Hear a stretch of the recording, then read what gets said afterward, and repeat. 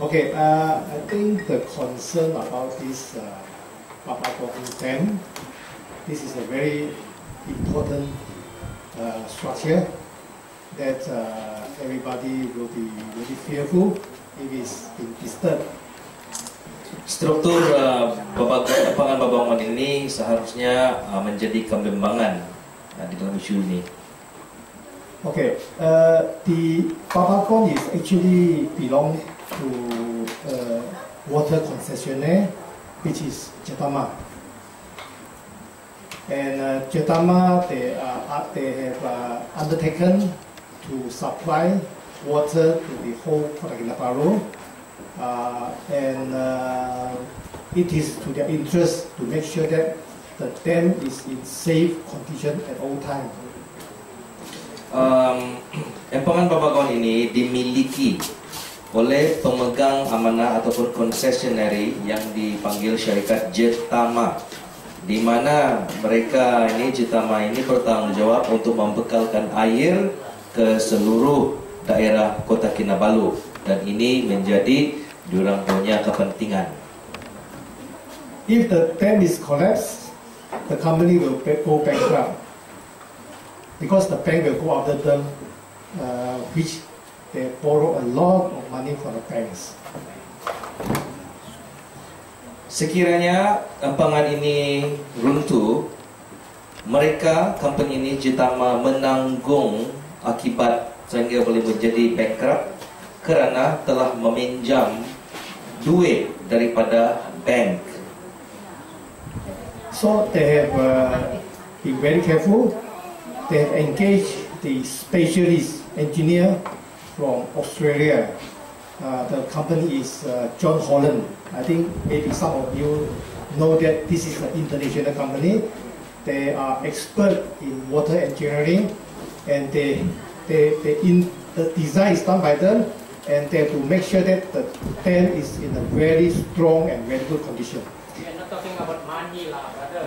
Maka dengan adanya kebimbangan yang begitu teliti oleh syarikat ini, Jetama telah mendapatkan khidmat rundingan pakar daripada Australia, yaitu syarikat yang bernama John Holland. Okay, I think most of us in KK sometimes we experience tremor, that is earthquake tremor. Okay. What is recorded in Kota Kinabalu, the tremor even reached this Richter scale of 4.5. Okay, so this is earthquake. So the dam is actually designed that is able to sustain this kind of tremor, earthquake. So one of the conditions that Jetama commented on this motorized quarry is that they want to know what is the vibration that will be generated by the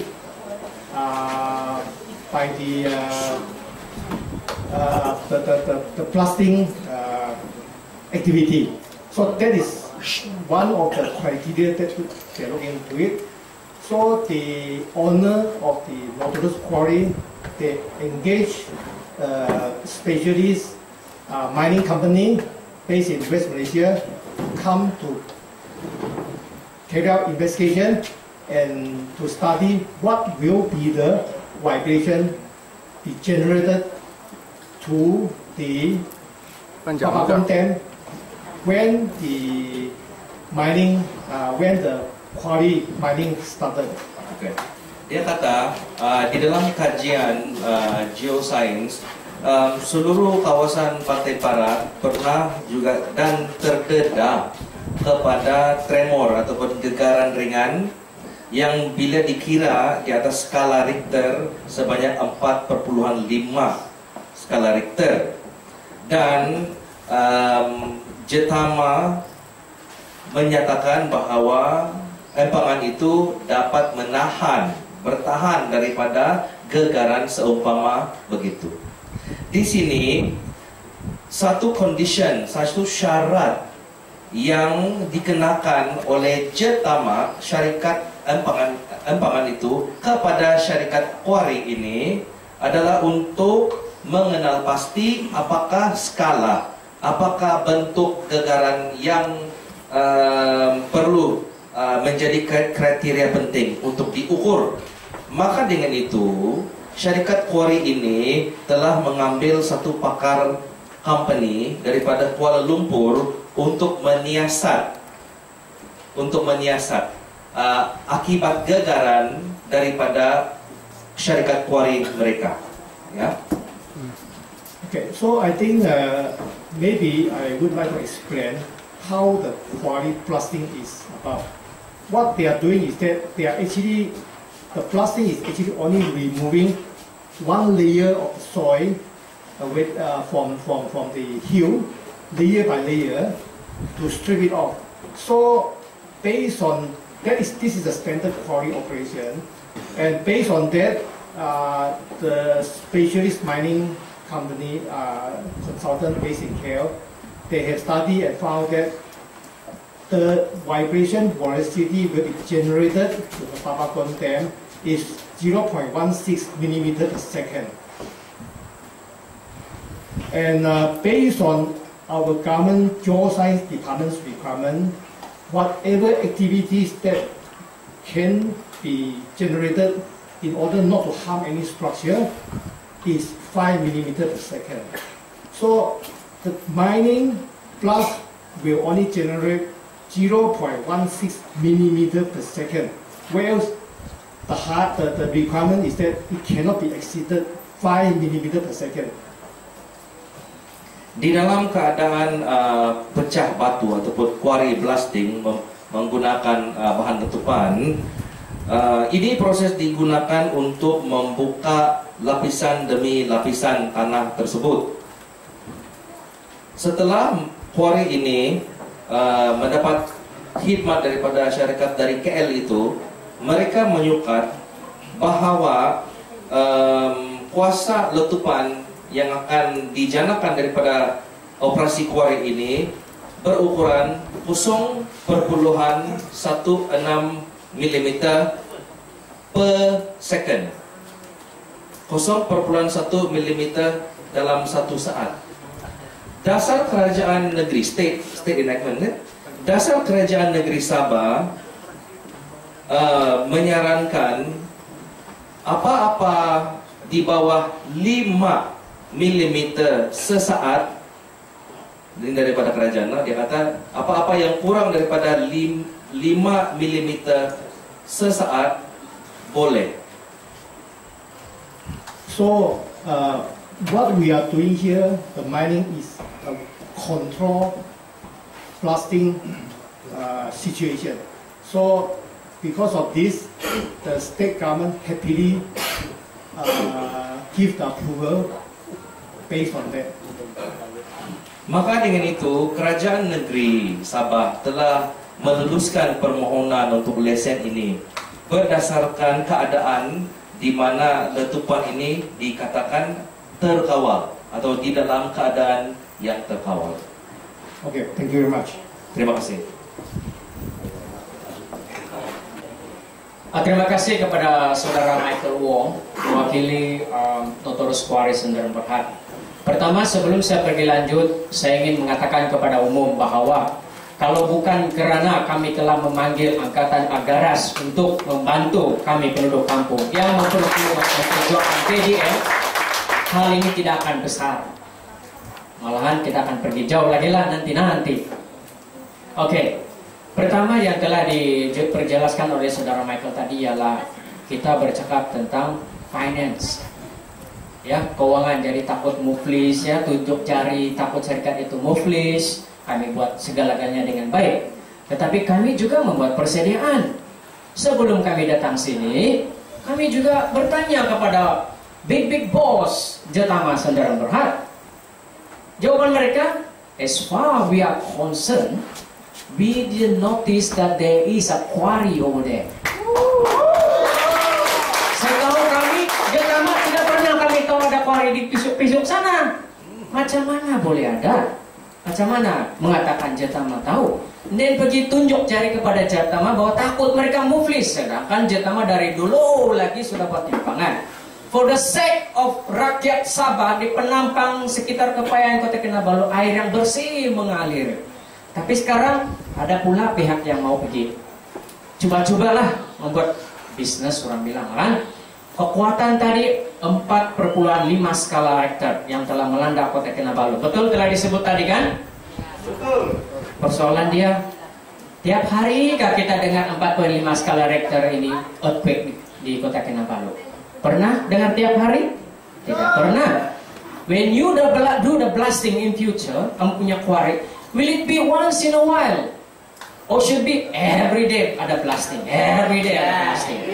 Sekarang ini coba mungkin salah 2 orang pukul ini tiang ini, tengok jatuh kah tidak itu meraba di atas. Kalau ada meraba lah, kalau ada terhabuk-habuk goyang, jatuh kah tidak? Not even 4.5 skala Richter. Jadi persoalannya Mr. Michael, hari notorious in future, kalau mau meneruskan, berapa banyak kali pengumuman setiap hari? Tell me. Kedua, syarikat-syarikat yang diambil dari Semenanjung, dari Australia, Europe, and so on, itu kena bayar. Pergi ambil badan kerajaan yang tulus, yang ikhlas, betul-betul buat kerja, suruh government yang high ranking pergi buat penilaian.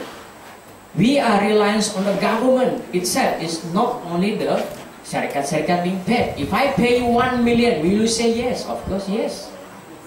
It can happen. Right? Money is very strong. Right? Kemudian seterusnya, ini soalan perlu dijawab.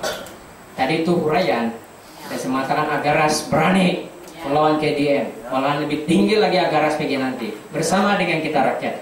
Soalan yang perlu dijawab, seperti saya katakan tadi, pertama, apa lesen yang kamu ada? Belum dijawab. Yang kedua, apakah prasyarat mewujudkan quarry ini? What is the terms and condition? In terms of jarak dari quarry itu ke penduduk kampung yang sudah bertapak sekian lama. Secondly, jarak dari sumber air. And my minor question is, have you noticed the Babagon Dam or not prior to setting up this quarry? And after you all answer these questions, my next point is, mencegah lebih baik daripada mengobati. Okay? Sebelum quarry ini menelan belanja banyak cost, before you spend a lot of money, you better stop it. Stop it and do it for the people is better. Thank you. Thank you. Jadi cetak kayak sepindik. Jadi nama saya Kenneth Chung, asal dari Kampung Pogunon. Tapi saya sekarang tinggal di Dongongon. Jadi saya ada beberapa soalan di sini, tapi saya bagi cerita pendek dulu. Sebenarnya isu ini kalau betul saya di Dongongon macam tidak efek lah kan. Tapi sebenarnya itu salah. Pertama karena quality air. Quality air di sini sama ada pemotongan bukit ataupun kuali akan mencemar quality air di Penampang dan KK. Itu satu isu besar. Walaupun kita hampir hari-hari hujan di sini, tapi kalau ikut kawan saya engineer air, bukan di Sabah lah, di Pineng, dia cakap air yang jatuh di tadahan air saja yang penting, bukan jatuh di tempat lain. Jadi setahu kita lah, Empangan Babagon supply air Penampang dan KK, dan juga sungai ini pun supply air. Jadi pertama sekali saya sebagai penduduk Penampang, saya risau tentang quality air sekarang dan sampai anak saya tua lah, sampai saya mati lah. Oke. Jadi soalan saya kepada Mr. Wong tadi, itu bisnis semua, saya paham juga bisnis maximum profit minimum cost, itu kita paham. Jadi saya juga paham bahwa apa-apa masalah pengumuman apa semua ini construction engineer boleh selesai kalau dibagi uang dan masa yang cukup. Engineer boleh selesai semua masalah. Itu kawan saya engineer cakap lah, saya bukan engineer.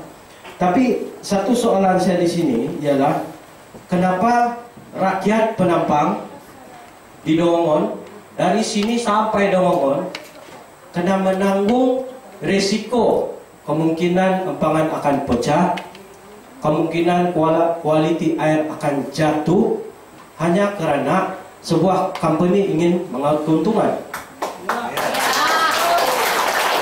Jadi kerajaan kita mengatakan bahwa rakyat didahulukan. Jadi seharusnya berpuluh-puluh ribu orang di Penampang itu lebih penting daripada kemungkinan.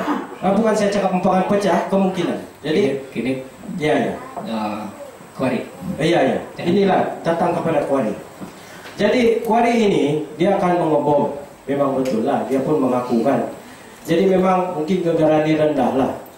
Tapi siapa di sini berani jamin bahwa pengeboman itu tidak akan mengakibatkan atau mengganggu integriti empangan itu dalam masa 10 tahun, 20 tahun, 30 tahun, 40 tahun? Company ini boleh berhenti bila batu habis. Tapi orang Penampang tetap tinggal di Penampang walaupun company sudah tutup.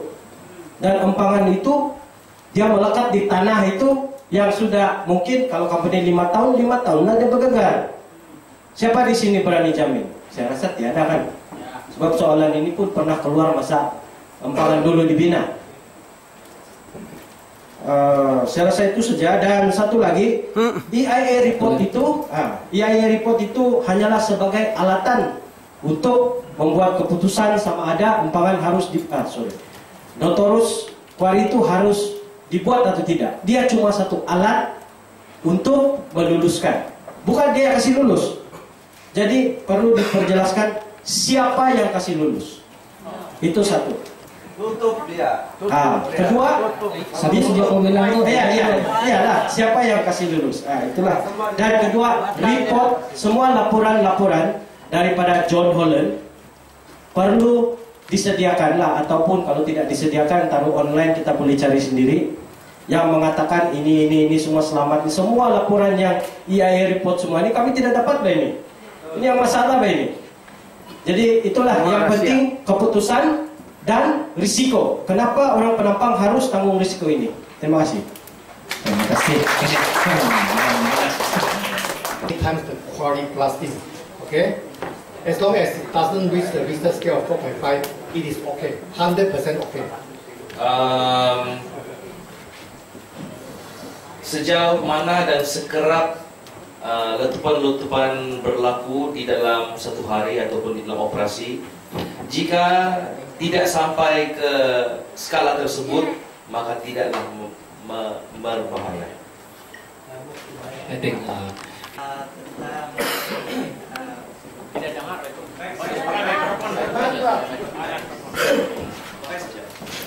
Kemudahan digunakan, utilize. Oke.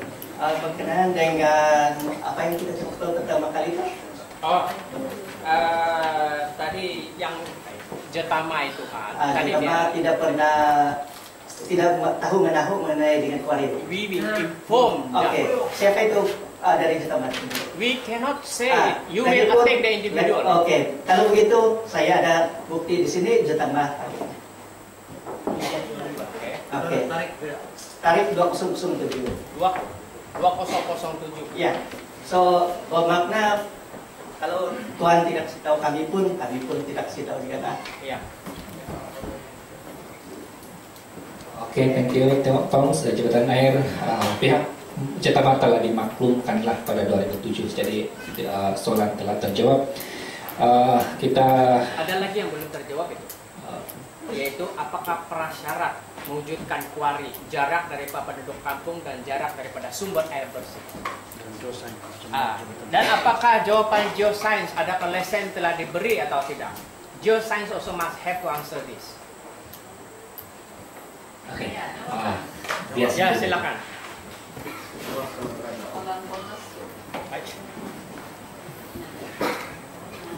Selamat hari. Okey, terima kasih kepada pihak Agaras kerana mengutarakan kebimbangan dan kerisauan berkaitan dengan penetakan kepada Empangan Babagon akibat daripada kerja-kerja penutupan oleh Notorus Kuari. So sebelum saya proceed untuk menjelaskan beberapa isu termasuk keluarkan desain dan sebagainya, saya nak penjelasan sikit. Sebenarnya skala Richter dan PPV, Peak Particle Velocity, adalah dua skala yang berlainan. Jadi kita tidak boleh nak membandingkan 3 ke 4 skala Richter dengan 5 mm per second. Okey. Yang kemudiannya berkaitan dengan pengeluaran lesen. Untuk makluman, di Sabah, kuasa untuk memberikan lesen pengeluaran adalah tertakluk di bawah bidang kuasa Jabatan Tanah dan Ukur Sabah. Oleh yang demikian, JMG tiada sebarang kuasa dalam memberikan lesen. Di pihak kita cuma bertindak sebagai agensi penilai teknikal, di mana kita membantu Jabatan Perlindungan Sekitar Sabah, JPAS, dan Jabatan Tanah dan Ukur sebelum sesuatu kelulusan diberikan. Oleh yang demikian, sewaktu penilaian teknikal itu dibuat, kita akan menilai sejauh mana sesuatu operasi kuari. Dalam kes ini kita merujuk kepada notorious kuari, adakah ia mendatangkan kesan, dan sekiranya ada kesan, apakah kesannya. So kita membuat penilaian. Kemudian daripada penilaian tu, daripada keputusan penilaian, kita akan mengeluarkan satu surat ulasan kepada pihak yang berkaitan seperti alam sekitar dan Jabatan Tanah Ukur sebelum pihak yang berkenaan memberikan kelulusan. Oleh demikian, saya ingat dua perkara saya sudah jelaskan. Dan yang ketiga, kalau nak berkaitan dengan penduduk penampang berhadapan dengan risiko, saya cuba nak katakan analogi mudah. Semua orang mempunyai risiko masing-masing, termasuklah memandu kenderaan, termasuklah menjalankan sebarang-sebarang kerja. Kita tidak tahu, kita dilahirkan pun bermacam-macam risiko. Oleh demikian, di pihak kita menilai sesuatu operasi sejauh mana risiko dia tu akan berlaku kepada pihak setempat, pihak kerajaan, pihak awam dan sebagainya. So buat masa sekarang saya pass dulu kepada yang lain yang berkaitan.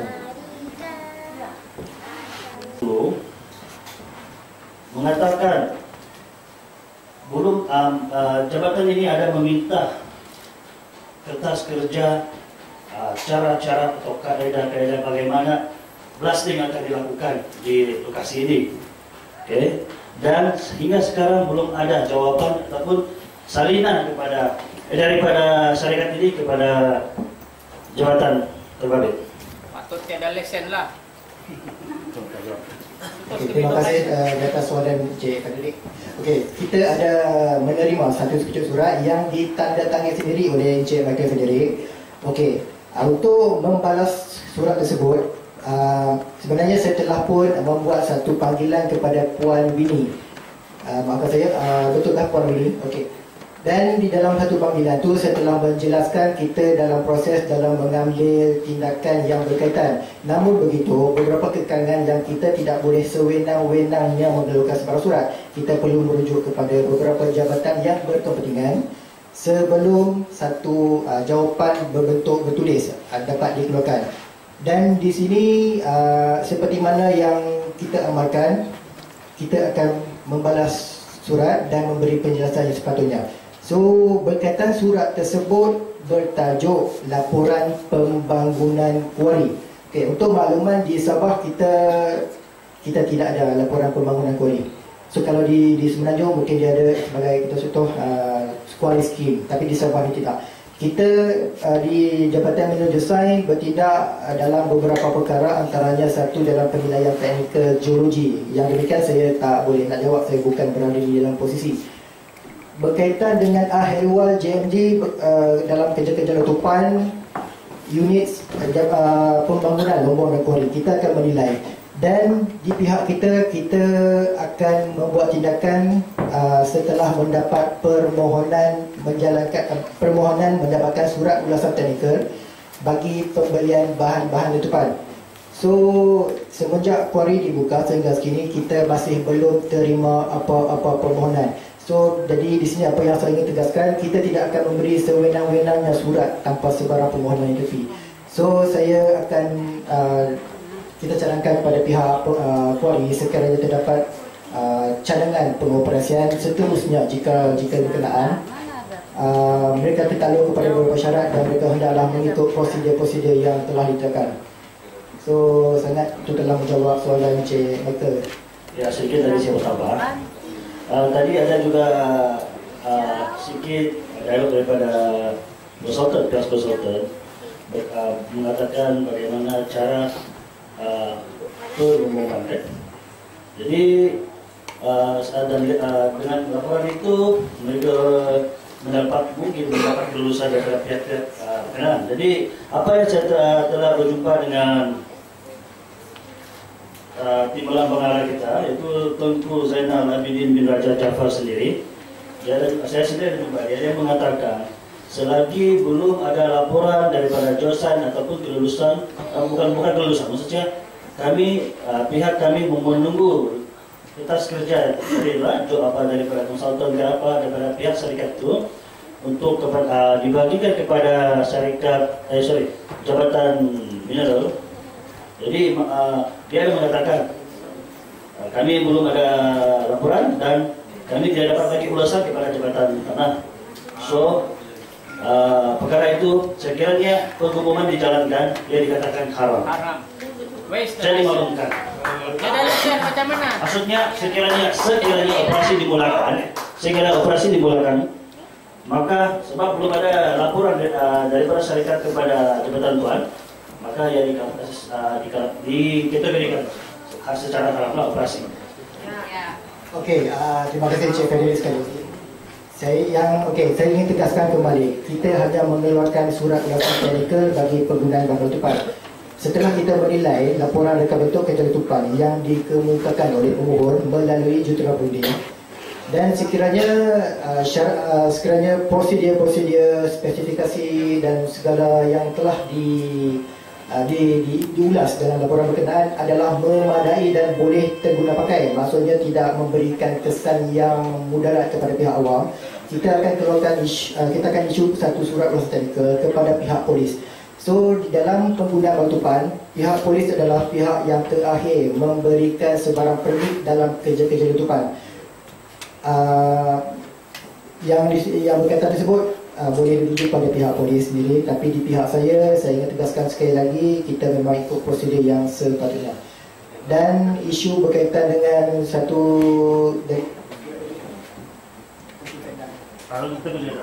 okey, Tuan, tarikh surat tu berapa tadi? 28 Oktober. Okey, untuk makluman pihak Tuan, Tunku Zainal adalah di bawah saya, penolong pegawai galian, pegawai desain. Dan saya sendiri pegawai desain merangkap mining engineer di pihak JMD Sabah.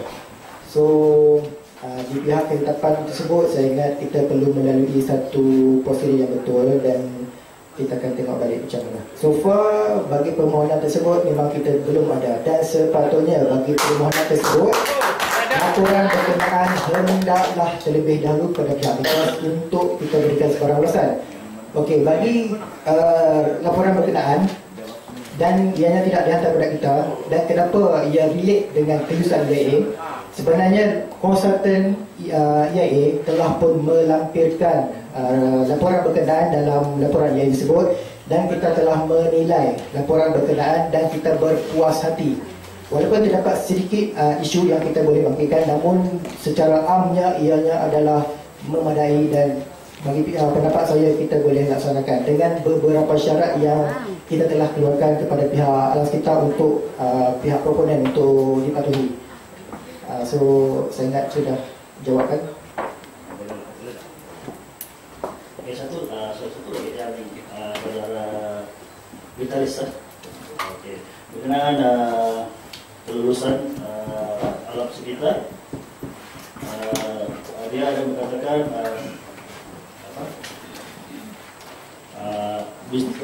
kita lihat daripada sudut-sudut mungkin persekitaran. Biasanya kalau kita lihat pangan babagon, dan untuk biasanya dia ada buffer zone dan lebih kurang tidak kurang dari 3 km hingga 5 km. Tapi yang ini yang kami tahu 1,5 km saja kan, daripada jarak lokasi kuari. Adakah ini tidak, macam tadi kita cakap, tidak menjejaskan kekukuhan dan kekuatan empangan tersebut kan? Itu yang membuat kebimbangan kepada bukan saja penduduk kampung di sini. Saya rasa seluruh kawasan Penampang dan juga hilir di sana Petagas juga merasa bimbang. Dan untuk satu lagi daripada jawaban tadi daripada Jabatan Geoscience, memang kami selepas kami berjumpa dengan orang kita si Tengku Zainal, kita mendapat laporan jawaban dan penerangan daripada pihak beliau, dan kami terus juga pergi kepada pihak polis OCPD, yaitu pada kita itu rataan, dan memang sekiranya pengeboman ini memang mesti ada permit polis. So sekiranya tidak kelulusan kebenaran ataupun kelulusan daripada jurusan, memang kita tidak bagi permit saja pada masa awal November biasa. Dan itu dan bagaimana pula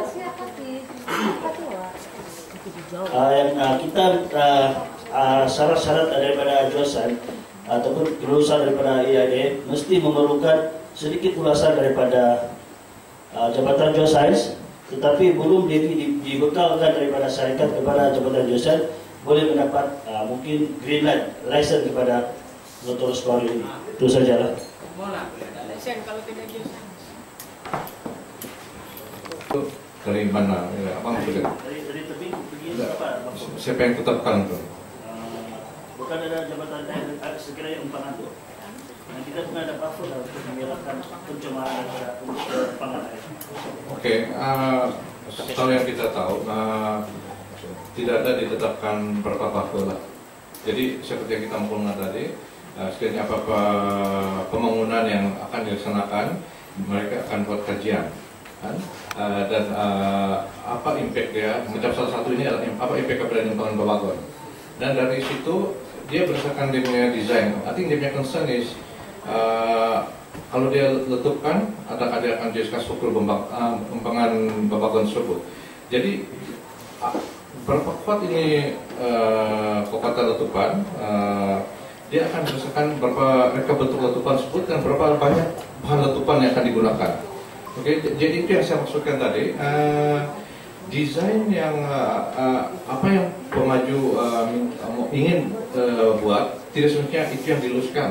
Jadi maksudnya tadi bila diluluskan dia akan ditetapkan syarat-syarat aktiviti dia terkawal, dan even macam kita maklum tadi yang ada bincang, kita juga syaratkan sebelum mereka boleh buat letupan, mereka perlu buat itu blasting design dan kebukaan ke pihak JMG untuk minta endorsement atau minta ulasan, dan sekiranya dia mematuhi syarat dan dia akan kebukaan kepada pihak polis untuk tertentu permit lah. Ya begitu.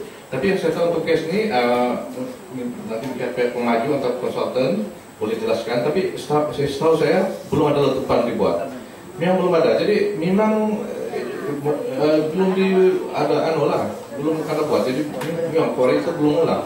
Mencegah lebih baik daripada mengobat, Bang. Jangan kasih lesen. We don't want the license to be given to them. This is a zone pertanian bas ini. Tiba quarry is a commercial. Ini zone pertanian bas ini. Terima kasih atas kita izinkan si saudara ya. Ya, terima kasih atas penjelasan ini. Sekali lagi terima kasih ya kepada semua konsultan.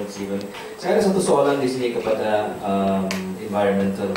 So untuk yang quarry itu, sila jelaskan sekarang kepada saya, karena ini soalan dua bentuk. Adakah EIA kena approve untuk quarry? Approve ya?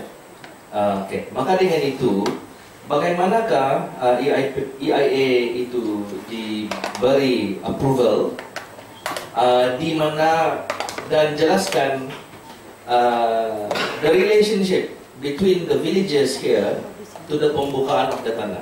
Di sini, sebab saya agak jelas, ia memerlukan satu manfaat kepada penduduk di sini. Karena atas dasar free, prior, and informed consent, maklum balas awal dan telus yang dilandaskan di dalam United Nations Declarations of the Right of Indigenous Peoples memerlukan kerajaan buat sesi seperti begini, bukan sahaja kepada ketua-ketua kampung JDK saja, tetapi kumpulan belia. kumpulan wanita dan kumpulan orang tua. Itulah disebut sebagai free, prior, and informed consent, maklum balas awal dan tulus. Di sini saya mau tanya, adakah ini telah berlaku sehingga dia menghasilkan tanah di kampung ini sudah dibuka setelah diluluskan IAA itu? Mohon penjelasan dari semua. Thank you. Terima kasih Cik Andrew. Memang seperti yang saya maklumkan, laporan itu memang telah diluluskan dan berdasarkan setelah dia melalui semua proses, dan sebagai saya nyatakan dari tadi, antara isu yang kita akan tengok ialah impact kepada penduduk sekitar. Oke. Dan mungkin Cik Andrew ada nyatakan tadi yang mungkin adakah dia ada melibatkan penglibatan penduduk sekitar, kajian penduduk sekitar? Memang ada. Dan itulah saya katakan tadi, tapi mungkin apa yang dinyatakan tadi itu mungkin tidak ada dialog karena buat beginilah. Oke. But I think I understand yang si kenal si Andrew tadi is more on because dia mengambil kira bila itu segi amalan yang dibuat oleh pihak PBB atau yang lain. But what I mentioned tadi is what is our existing procedure. Memang perlu kajian sosioekonomi dan telah dibuat dan direkodkan dalam kajian tersebut. Dan whatever dia punya concern, penduduk sekitar, dia punya impact, is already been look into. Memang ada. So that's why we can be further elaborate with the consultant to apa yang kajian mereka buat. Tapi memang telah dibuat.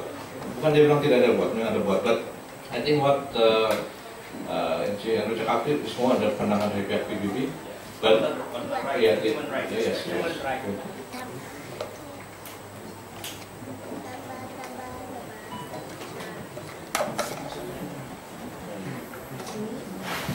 Itulah. Follow up on apa yang di mention nama dulu lah supaya orang kenal. Just mention your name then oh, people know yes, who you sorry, are. I'm Jessica dari Kemsign Consultant. Okay, seperti yang di mention by Vitalis kan, yes, when the EIA was done, memang melibatkan kampung, 15 kampung, okay? I'll just mention the kampung sini. Kampung Notorus, Kampung Babagon, Kampung Kibunut, Kampung Kibogo, Moyog, Madsiang, SK Moyog, and SK Babagon, okay? So, the issues and concerns memang telah didokumentasikan, dan all this were raised through EJK Bertindak Kampung Notorus, as captured through epidemia letter lang. Ada a letter here, JAPAS dated 29 August 2011. So all this, yes, there was a social survey together with all these kampungs, dan semua ini telah didokumentasikan dan disubmitted to EPD lah. Okay? Report on all these kampungs, right? Saya dan mungkin saya mau tanya orang kampung sini, kamu ada pernah diminta untuk menjelaskan koalisi atau tidak? So where is the concern comes from the geoscience, I mean from the EIA side, dari IAA. You katakan dalam lingkungan kawasan, lingkungan kawasan atas dasar surrounding area. Adakah kami telah dicari untuk menanya impact study daripada EIA? Ada? Ada juga. Dari geoscience, you are saying strip mining belum opening ataupun pengumuman secara layer. Berapa banyak eksplosif yang akan digunakan setiap kali? Sekilo, 2 kilo, 200 gram, 300 gram. Dan impact ataupun batu-batu itu yang akan melayang dan akan berkenaan ataupun sampai ke rumah-rumah di sini. Adakah sesiapa dari kerajaan boleh kasih jaminan benda-benda ini tidak akan terlaku? Yang tangan lagi, air lagi. Empangan. Kebanyakan kita telah memberi Pinampang dan KK air daripada segi bentuk tanah di sini, sedangkan impact untuk air lah untuk semua dibagi tanah-tanah yang diambil oleh kerajaan untuk menampung air semua di sini diberi pada orang-orang KK, sedangkan kita tidak ada air yang treated until today dari Babagon ke sini tidak ada treated water. Betul, kalau boleh. So the impact, kepada the impact I'm asking is, you are talking about getting the surrounding people tetapi kami di sini kami belum tahu. So di mana kita akan lihat di sini. Itu saja dari saya. Sebelum 2001, Introduce yourself, sir. nama saya Jared Go. So saya pemilik tanah dan juga pengurus dari syarikat dari Nautilus Quarry. So dan selepas itu kami juga telah dipanggil pergi majelis daerah bersama dengan waktu itu Inci Ali dan juga yang ex-DO dan juga semua wakil-wakil dari kampung-kampung yang tadi saya punya konsultan yang telah sebut dia punya nama pergi office, dan saya rasa keseluruhan semua proses itu kami telah buat mengikut peraturan-peraturan dan juga kehendak-kehendak yang disyorkan oleh majelis daerah dan juga dari pihak EPD sebagai itu dia punya compliance requirement untuk dia punya approval. Begitu saja. Thank you. So